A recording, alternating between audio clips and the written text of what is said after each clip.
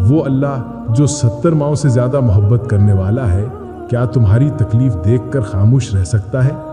اصل دکھ تو یہ ہے کہ بندہ اللہ سے دور ہو جائے، اس سے بات نہ کرے، اس سے اپنے دل کا حال نہ سنائے۔ اسی لیے اللہ اپنے بندے کو آزماتا ہے تاکہ اسے دوبارہ اپنے قریب کر سکے۔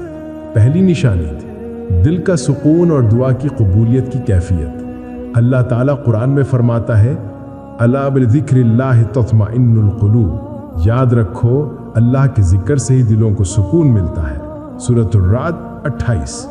جب آپ کی محبت سچی اور تقدیر میں لکھی ہوئی ہوتی ہے تو سب سے پہلی نشانی یہ ملتی ہے کہ آپ کا دل بار بار سکون کی طرف مائل ہوتا ہے۔ دعائیں کرتے وقت دل عجیب سا اطمینان پاتا ہے، جیسے کوئی اندر سے آواز دیتی ہو کہ فکر نہ کرو، اللہ تمہارے حق میں بہتر فیصلہ کرے گا۔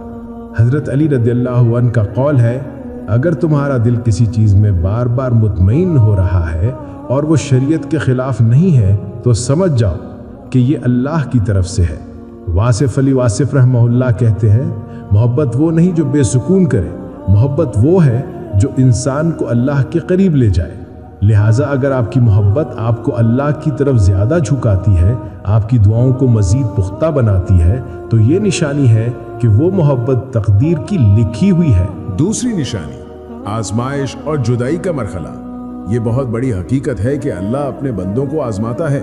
قرآن میں آتا ہے ہم تمہیں ضرور آزمائیں گے، خوف سے، بھوک سے، مال اور جان کے نقصان سے، لیکن خوشخبری ہے صبر کرنے والوں کے لیے۔ سورۃ البقرہ 155۔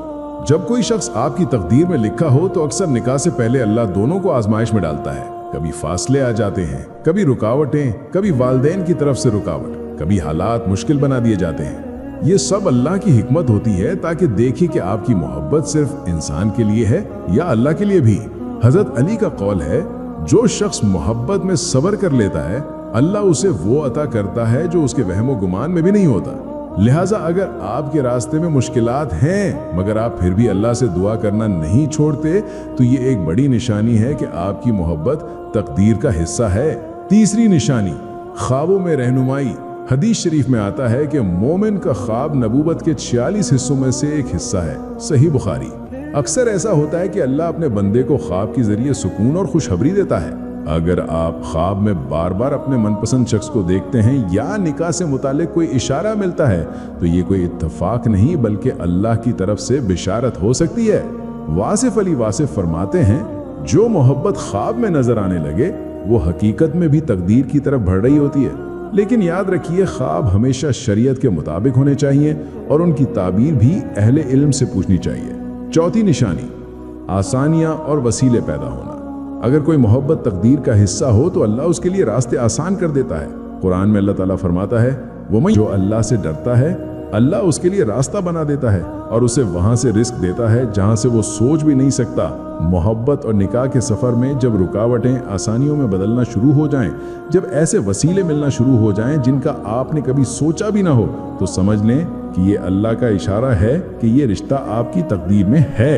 حضرت علی نے فرمایا جب تم کسی کام کے پیچھے اللہ کا نام لے کر چل پڑو اور وہ کام خود بخود آسان ہو جائے تو سمجھ لو یہ تمہارے حق میں لکھا جا چکا ہے۔ تو دوستو یہ تھی وہ 4 نشانیاں جو بتاتی ہیں کہ محبت نصیب میں لکھی گئی ہے۔ دل کا سکون اور دعاؤں میں قبولیت کا احساس، آزمائش اور صبر کا امتحان، خوابوں میں رہنمائی، آسانی اور وسیلے پیدا ہونا۔ یاد رکھو اللہ کی رحمت بہت وسیع ہے۔ اگر تمہاری محبت پاکیزہ ہے اور تمہاری نیت نیک ہے تو یقین رکھو کہ اللہ تمہارے لیے بہترین فیصلہ کرے گا۔ اے اللہ جو بھی اس ویڈیو کو دیکھ رہا ہے اگر اس کی محبت پاکیزہ اور نکاح کے لائق ہے تو اس کے لیے آسانیاں پیدا فرما، ان کے والدین کے دلوں میں نرمی ڈال، ان کی دعاؤں کو قبول فرما اور ان کے نصیب کو روشن فرما۔ اگر آپ کو یہ ویڈیو اچھی لگی ہو تو ویڈیو کو لائک کریں اور میرے چینل اللہ پر ایمان کو سبسکرائب کریں تاکہ آپ کو ایسی دل کو چھو جانے والی ویڈیو ملتی رہے۔ جزاک اللہ خیر۔